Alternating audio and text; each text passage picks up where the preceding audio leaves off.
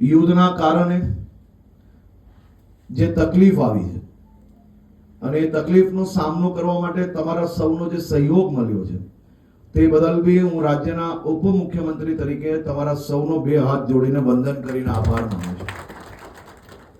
પરંતુ સાથે સાથે વૈકલ્પિક વ્યવસ્થાઓ માટે રાજ્ય સરકારના તમામ વિભાગો દ્વારા આપ સૌ લોકો જોડે ખડે પગે ઊભા રહેવાની બી સૂચના એ માનનીય મુખ્યમંત્રીશ્રીએ પહેલા જ દિવસથી આપી હતી.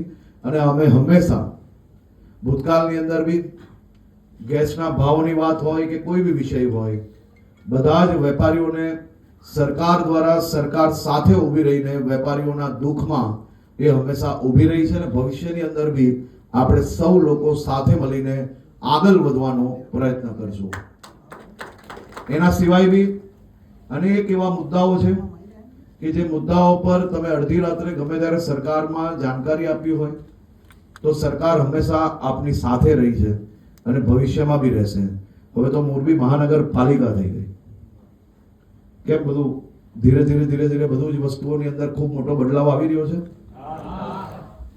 અને મહાનગરપાલિકાની કામગીરી આવનારા 3 વર્ષ પછી, એટલે કે કોઈ બી તમે કંપની બનાવો તો જેમ 1000 દિવસે તમને એનું રિઝલ્ટ આખું અલગ દેખાય, એમ મોરબી મહાનગરપાલિકા બનવાથી તમને આવનારા 3 વર્ષની અંદર એનો સંપૂર્ણ અંદાજો આવશે કે આ મહાનગરપાલિકા કેવી અદ્ભુત કામગીરી, આખો બદલાવ આવી શકે છે. સૌથી પહેલું સ્વચ્છતાના કામની અંદર ખૂબ મોટો બદલાવ આવશે. તેના પછી ડ્રેનેજના કામની અંદર, પાણીના કામની અંદર, પીવાના પાણીના કામની અંદર, અને બીજું કે મોરબી મહાનગરપાલિકા દ્વારા આવનારા દિવસોમાં તમારું ભવિષ્ય, આપણે બાળકોનું ભવિષ્ય ઉજ્જવળ બને તે માટે સ્પોર્ટ્સ સેન્ટરથી લઈને બીજી બી જે નવી વ્યવસ્થાઓ છે તે બી મહાનગરપાલિકાના સંકલનમાં રાજ્ય સરકાર દ્વારા અહીંયા ઊભી કરવામાં આવશે. એટલે મોરબી મહાનગરપાલિકામાં પહેલો ઐતિહાસિક વિજય તમારા સૌ લોકોને મળે તેવી જ શુભકામનાઓ આપવા માટે હું તમને આવ્યો હતો. અહીંયા જેટલા ઉમેદવાર બેઠા છે એ જરાક હાથ ઊંચા કરે તો. હવે આજથી નહીં, પરંતુ જે દિવસથી ભારતીય જનતા પાર્ટીએ તમને ટિકિટ આપી છે ત્યારથી તમે ઉમેદવાર, 28 તારીખે તમે મોરબી મહાનગરપાલિકાના કોર્પોરેટર બનશો. મારી આપને માત્ર એક જ વિનંતી છે કે તમે જ્યારે કોર્પોરેટર બની જાઓ છો તે પછી અહીંયા કોઈ બી ભાર નહીં લાવતા. લોકોના દુઃખનો ભાર અહીંયા આવવો જોઈએ.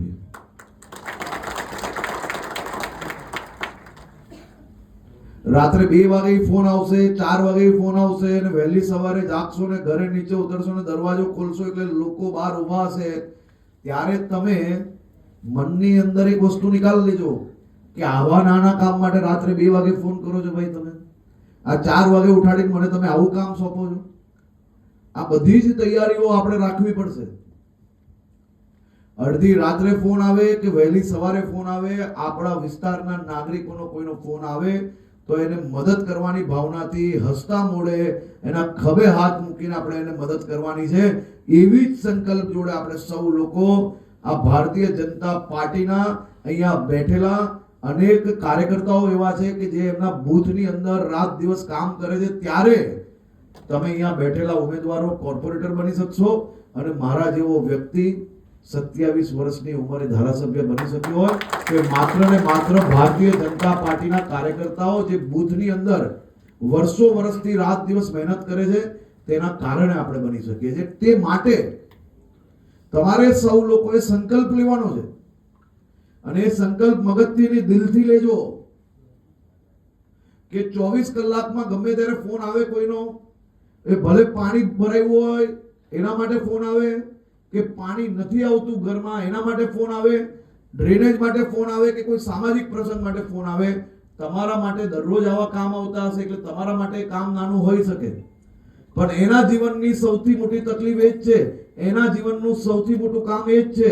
એ જ કલ્પના જોડે, એ જ વિચારો જોડે તમે મોરબી મહાનગરપાલિકાના સૌ નાગરિકોની ભવિષ્યમાં ઉત્તમમાં ઉત્તમ સેવા કરી શકો તેવી હું શુભકામનાઓ આપી રહ્યો છું. આપ સૌ લોકોનો ખૂબ ખૂબ આભાર.